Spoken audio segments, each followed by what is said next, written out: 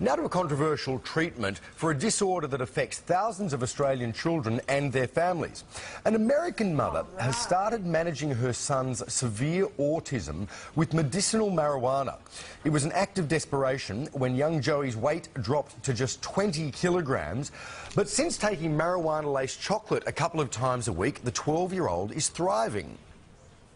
Everything has improved. Right now, he's given one brownie every 2 to 3 days.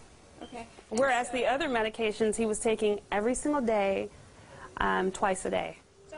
So, is it a legitimate treatment option or far too risky?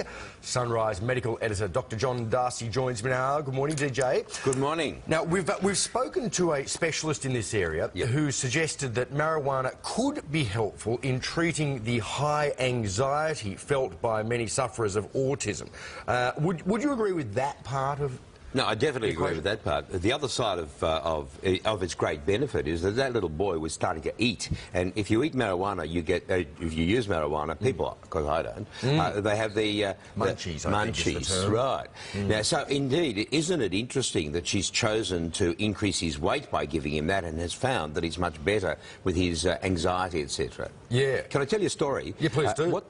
We've got a part of our brain which they call the cannabinoid brain. Right. Now, cannabis is marijuana, so it's marijuana-like or reward part of our brain. Oh, okay, yeah. If I was to show you a pretty picture of a smiling face and then to measure the chemicals that were going on in your brain in the cannabinoid area, they'd light up. Gotcha. And they've got good science to prove that. So what seems to be happening with these little autistic children and young people is that by giving them, not legal, illegal often, marijuana or cannabis, you may be increasing the biochemical activity in that part of the brain they call the thalamus. So there could be some very strong science behind this, and we're just seeing it because mum's doing it. Well, part of the problem with autism, of course, is that sufferers don't respond to the regular social stimuli. Exactly. So there's no relationship often. That's why the smiling face. If I show you that, if mum says, "Hi, how are you?" smiles, then the natural response one hopes from a child is say, "Hi, mum, how are you?"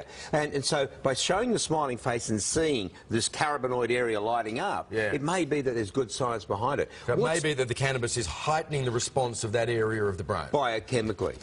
It's a legal minefield. It is. It is. Well, cannabis in some states of the United States of America is used medicinally.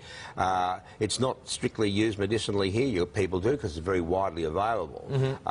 And, with HIV, it was encouraging eating with people who have really bad pain where you don't know what's causing that pain and it's coming from the nerve itself. They call it neuropathic pain. It does show great benefits in that. And also anti-nausea and chemotherapy when people are having cancer drugs. The use of cannabis can sometimes help that. So, although the effects of cannabis on the population at large vary greatly from person to person. And they do. One would imagine it was quite the same with autistic people. Well, that's exactly right. And that's the reason why a doctor can't say, well, it's a good idea. Yeah. But we're interested in it. If it is happening, we're interested in it. And there may one day there will be one day the science to prove it yay or nay. Indeed, indeed. Well, that's what Monique is hoping for. I think she's been over-prescribing her cat, actually. Well, I think that cat definitely looks like it's had cannabis. Yeah, certainly it's cannabinoid. But that wouldn't be coming from Monique. Yeah.